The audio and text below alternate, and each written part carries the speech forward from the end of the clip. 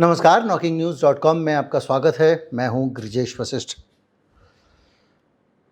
भारत में दुर्घटनाओं को लेकर एक अजीब सा दर्शन अभी हाल में सामने आया है। हमारे गृहमंत्री अमित शाह ने कहा है कि ये दुर्घटना है, किसी के हाथ में नहीं होती है।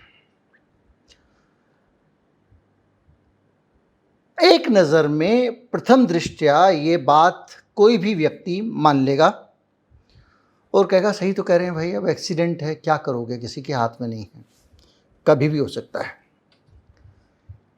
लेकिन क्या सचमुच दुर्घटनाएं किसी के हाथ में नहीं होती? अगर ऐसा है तो आप लोगों को हेलमेट चलने को क्यों कहते हो? आप सीट बेल्ट लगाने को क्यों कहते हो? आप गाड़ियों में सेफ्टी नॉर्म्स की क्यों बात करते हो? एंटी लॉक ब्रेकिंग सिस्टम की बात क्यों करते हो? आप सीट बेल्ट की बात क्यों करते हो? आप ट्रैक्शन कंट्रोल की बात क्यों करते हो? आप उसमें वो क्यों लगाते हो, बैलून, जिसको आप कहते हो कि एयर बैग, क्यों लगाते हो? और इसके लिए सरकार नियम क्यों बनाती है?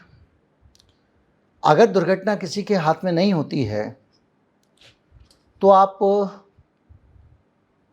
महंगे महंगे जुर्माने क्यों लगा देते हो उस ट्रैफिक नियमों का पालन न करने पे? और आपने ये नियम बनाए ही क्यों हैं? यानी सरकार कहीं ना कहीं एक सिस्टम है सरकार के पास में जिसके ज़रिए वो दुर्घटनाओं को कम कर सकती है, रोक सकती है। तो दिक्कत कहाँ है? वो कौन से कारण हैं जिनके कारण इस देश में दुर्घटनाएं होती जा रही हैं?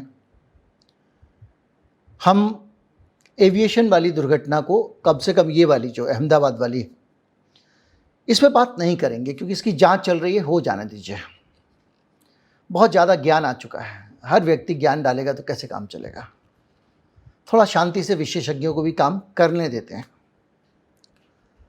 बाकी दुर्घटनाएं, मैंने कल बताया था कि रेल की दुर्घटनाएं होती हैं, क्यों होती हैं, कैसे होती हैं, सब पे बात की हमने। और ये भी लोगों को समझाने की कोशिश की कि हवाई जहाज यात्रा जो है वो कम से कम सड़क से और रेल से चलने के मुकाबले ज़्यादा सुरक्षित है, बावजूद इसके कि इतने बड़े हादसे होते हैं। लेकिन क्या सारी हवाई यात्राएं सुरक्षित हैं? तो हम अगर दुर्घटनाओं पे जाएं इस देश की, तो हम सबसे ताज़ा अगर नज़र डालेंगे तो उत्तराखंड की दुर्घटना है। गौरीकुंड के बाद 17 लोग मार गए। क्या हुआ? हेलीकॉप्टर क्रैश हो गया। कैसे क्रैश हुआ हेलीकॉप्टर? दिख नहीं रहा था उसको। 40 दिन में 5 हादसे हो चुके हैं, 5। 3 तो प्रॉपर क्रैश हैं और किसी में सड़क पे कार वार के ऊपर हेलीकॉप्टर उतारना पड़ा, टूट टाट गया। सब तस्वीरें आपने देखी होंगी।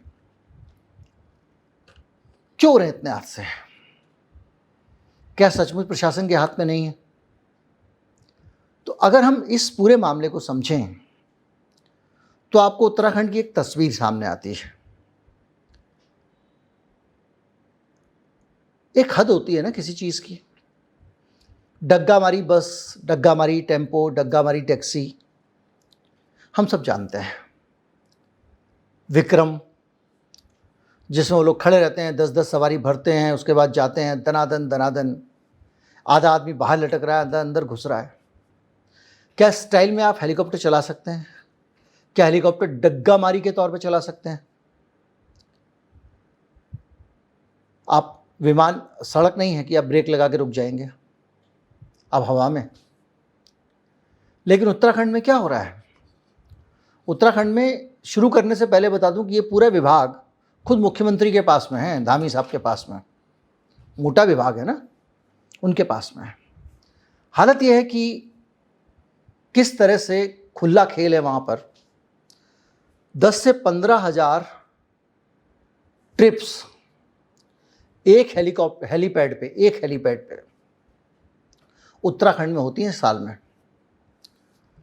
यानी प्रति घंटे 2 से 3 लैंडिंग हो रही है। कोहरा, बारिश, सब कुछ रखा हुआ है। आप देखिए कि डीजीसीए है, director general of civil aviation, वही विमानों के मामले में तो बड़ा मुस्तैद रहते हो, लेकिन यहाँ क्या हो रहा है? यहाँ पर खटारा और ख़राब हालत में हेलीकॉप्टर चल रहे हैं। जो ये कंपनियाँ, हेलीकॉप्टर चलाने वाली कंपनियाँ, इनके ऊपर कई बार जुर्माना हो चुका है, 5 लाख 10 लाख ये वो, और ये एसओपीज़ ही नहीं मानते हैं। एसओपीज़ मतलब एक नियम होते हैं, ऐसे चलाना, ऐसे स्टार्ट करना, इतना इसमें पेट्रोल होना चाहिए, इतना ये होना चाहिए, इतनी विजिबिलिटी होनी चाहिए, 100 चीज़ें होती हैं, उसका पालन करते हुए चलना है। लेकिन ये सब पालन करते हुए तो आप डग्गा मार चला नहीं सकते हो। तो उत्तराखंड के आंकड़े सबसे ख़राब हैं। हर हेलीपैड पे 10 से 15 हज़ार हेलीकॉप्टर उतर रहे हैं। तो सोचने की बात है कि अगर इतने विमान चलाओगे, वो भी कहाँ, हिमालय के ऊपर, तो सुरक्षित कितना रह जाओगे? यानी आपने खुली छूट दी हुई है, वो बस की तरह आओ भरो चलो, आओ भरो चलो। हिमाचल प्रदेश में ये 5 से 10 ही है आंकड़ा, यानी अनुमानित ट्रिप जो है अगर देखा जाए तो 10,000 जब ट्रिप होती हैं तो उसके अंदर से 0.6 उत्तराखंड में एक्सीडेंट होते हैं, यानी 1 लाख कर लो तो 6, 1 लाख में 4 हिमाचल प्रदेश में होते हैं। वो नॉर्थ ईस्ट में, वो भी हिमालय है, एक साल में 1 लाख में 3 होते हैं। यानी आपने 3 जगहों पे देखा कि तीनों हिमालय है, उत्तराखंड भी है, हिमाचल भी है और नॉर्थ ईस्ट वाला इलाका भी है। लेकिन सबसे ज़्यादा एक्सीडेंट हिमालय में हो रहे हैं। नॉर्थ ईस्ट में मुश्किल से 1 लाख में 3, तो आपके यहाँ 1 लाख में 6, तो दुगनी दुर्घटनाएं क्यों हैं? ये बड़ा सवाल है। इसके साथ साथ बाकी शेष भारत में तो दुर्घटना बहुत कम है, एक ही है। अब अगर आप इंटरनेशनल आंकड़े निकालें तो यहाँ तो आप 1 लाख पे 3 कर रहे हैं, वहाँ 10 लाख पे भी 3 नहीं है इंटरनेशनल। और विकासशील देशों में दुनिया भर के देखें तो और भी बेहतर आंकड़ा है, यानी 0.1। यानी ऐसा क्यों हो रहा है?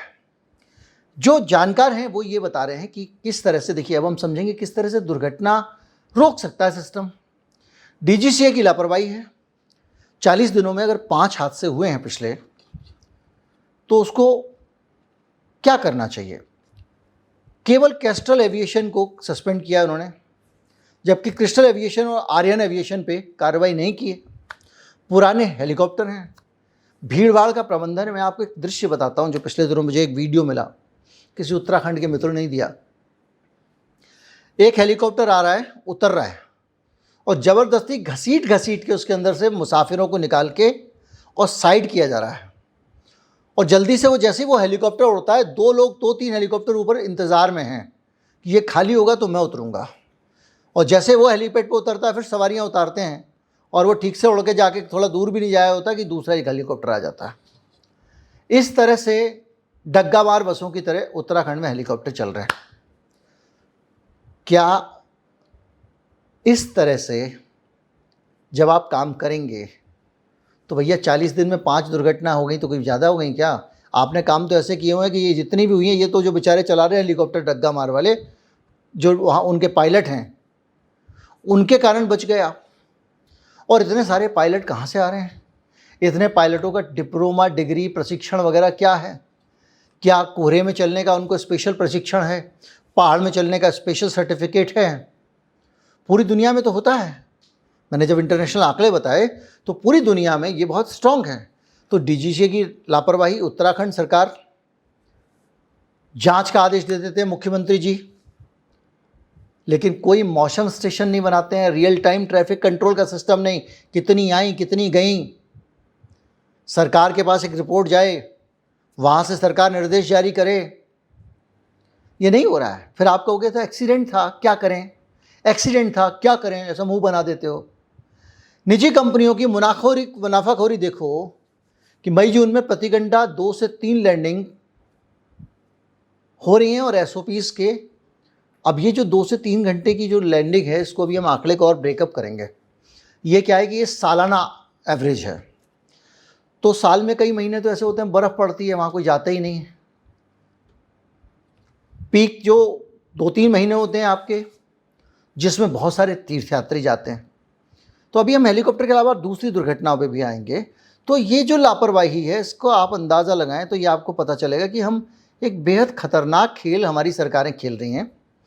मुंह खोल के बकबक कर देने में बहुत एक्सपर्टीज है। 2 मिनट में नेता बोलते हैं क्या हो गया जी, एक्सीडेंट ही तो है, जानबूझ के थोड़ी किया है। बस बातें बनाने में सबसे आगे, कुछ भी बोल दो फिर उसके पास में उनके बहुत सारे फॉलोअर्स हैं, सही तो कह रहे हैं नेताजी, क्या घुस जाएंगे उसके अंदर। लेकिन ये जो मैं व्यवस्था बता रहा हूं, इसको सुधार दोगे तो एक्सीडेंट नहीं होंगे। और फिर अगर एक्सीडेंट है अपनी मर्जी से होता तो तुम लोग इतने ज़्यादा जनता के ऊपर सख्ती क्यों करते हो? नोट छापने के लिए चालान के नाम पे आन दो। अब हालत देखिए कि जो हेलीपैड लैंडिंग है हर महीने में, जब जनवरी फरवरी का महीना होता है तो 100 से 200 ही होती है, क्योंकि वह तब बर्फ पड़ रही होती है। लेकिन उस समय भी खतरा रहता है दुर्घटना का। क्यों? एक तो मौसम खराब है, दूसरा वहाँ पे मलबा पड़ा रहता है, हेलीपैड्स वगैरह की सफाई वफाई कुछ नहीं होती है। और क्यों? क्योंकि आप वहाँ पे सो रहे हो, बाकी तो पट बंद रहते हैं, सिर्फ वहाँ पर सैनिक आवाजाही होती है, या फिर जो औली वाले दर्शक जाते हैं वहाँ पे स्कीइंग वगैरह करने, सिर्फ वो लोग, उनकी आवाजाही होती है ना के बराबर। लेकिन उस दौरान आप ध्यान नहीं देते हो और कोई वेटिंग उस वक्त नहीं होती है। लेकिन मार्च अप्रैल में 300 से 500 लैंडिंग हर महीने हो रही हैं। और 500 लैंडिंग हर महीने का मतलब यह है कि दिन में कम से कम 300 से 500 लैंडिंग का मतलब यह है कि एक हेलीपैड पे कम से कम 6-7 हेलीकॉप्टर, तो कम से कम 2 हेलीकॉप्टर 5 से 10 मिनट ऊपर मंडराते रहते हैं। ऊपर का मतलब ऐसा नहीं बहुत ऊपर, ऐसे 4 मंजिल की बिल्डिंग के बराबर ऊंचाई पे, 6 मंजिल की बिल्डिंग के बराबर ऊंचाई पे, कि ये हटे तो मैं वहाँ पे अपनी सवारी उतारूँ, जल्दी से जाकर दूसरी भर के लाऊँ। और ये है कि साफ मौसम, हल्की बारिश, कोहरा वगैरह सब चलता रहता है। और 4 धाम की बुकिंग जब शुरू होती है, अब आप बताइए IRCTC जो है, जो यहाँ से बुक कर रही है मुसाफिरों के लिए हेलीकॉप्टर, देख के करो ना भैया, जितनी वहाँ पे जगह है हेलीपैड पे उतने ही बुक करो। आपको लग रहा है कि जेब भरने दो पहले, जो कंपनियां वहाँ पे है उनकी, उसके पीछे भी कारण है। अब मेरे बहुत विश्वस्त लोग हैं, मैं चूँकि मेरे पास ऑफिशियल सोर्स से नहीं है, बताया कि नेताओं की, इन कंपनियों में नेताओं की, अधिकारियों की बहुत सारे इंटरेस्ट हैं। इस वजह से इन कंपनियों को जैसे चाहती हैं वैसे बिजनेस मिलता है, कोई इनके ऊपर हाथ नहीं डालता है। कोई वहाँ का अधिकारी हाथ डालेगा तो उसका हाथ पता नहीं क्या होगा। मई जून में 350 के करीब लैंडिंग होती हैं इस महीने में, और केदारनाथ में 7,500 से 10,000 के बीच में। यानी आप सोचो वहाँ पे 10 से 20 मिनट वेटिंग है। 5 हेलीकॉप्टर ऊपर उड़ते रहते हैं, एक उड़ता है ऊपर से 4। ये हालत है। जुलाई अगस्त का भी देख लीजिए, 500 से 1,000, सितंबर अक्टूबर में 1,000 से 1,500। ये पूरा हाल है लैंडिंग का। अब अगर आप इसको हिमाचल से मिलाओ, दूसरे राज्यों से मिलाओ, वहाँ पर भी पहाड़ हैं, वहाँ पर भी टूरिस्ट आते हैं, लेकिन वहाँ चीज़ें कंट्रोल में हैं। हिमाचल में पीक जो ओवर होता है उसमें आधे घंटे में, 1 घंटे में एक लैंडिंग होती है। तो 1 घंटा काफ़ी होता है, आएगा उतारेगा। हालांकि हेलीकॉप्टर के हिसाब से वो भी कम है, और दुर्घटना जो है वो बहुत कम है। नॉर्थ ईस्ट में भी यही है, 3 से 5 दुर्घटना वहाँ पर भी ना के बराबर है। शेष भारत में तो स्थिति बहुत ही बेहतर है, क्योंकि वहाँ मैदानी इलाके शामिल हो जाते हैं। यूरोप वगैरह में सिचुएशन बहुत ज़्यादा ख़राब है, क्योंकि 20 से 30 हज़ार हेलीकॉप्टर एक साल में एक हेलीपैड पे उतर रहे हैं।